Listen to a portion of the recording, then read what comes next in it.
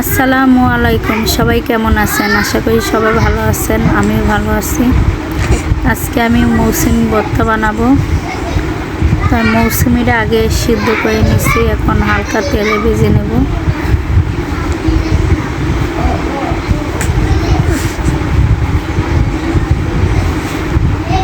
মৌসুমি ভাজা শেষ, এখন মরিচ টেনে নেব আর রসুনও ভাজবো, আর পেস্ট আমি কাঁচা দেবো ভর্তার ভিতরে।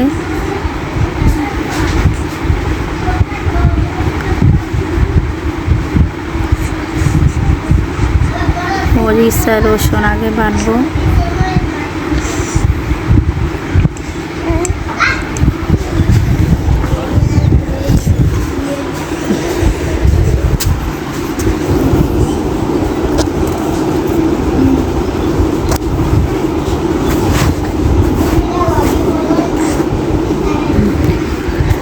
মরিচ বাটা হয়ে গেছে, এখন আমি মৌসুমিটা বাটবো।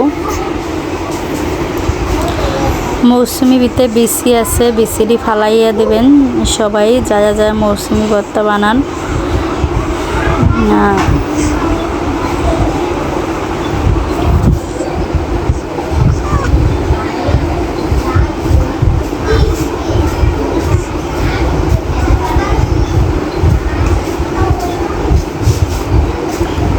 এখন আমি পেস্টটা বাটতে নেব। পেস্টটা আমি কাঁচা দিছি, কাঁচা দিলে স্বাদটা অন্যরকম আসে। আমার ভর্তা বানানো শেষ।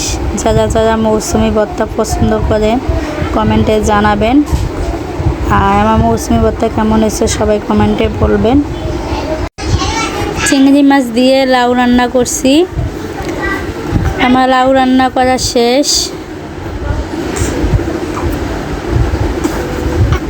আর টমেটো দিয়ে পাঙ্গাস মাছ ভুনা করছি।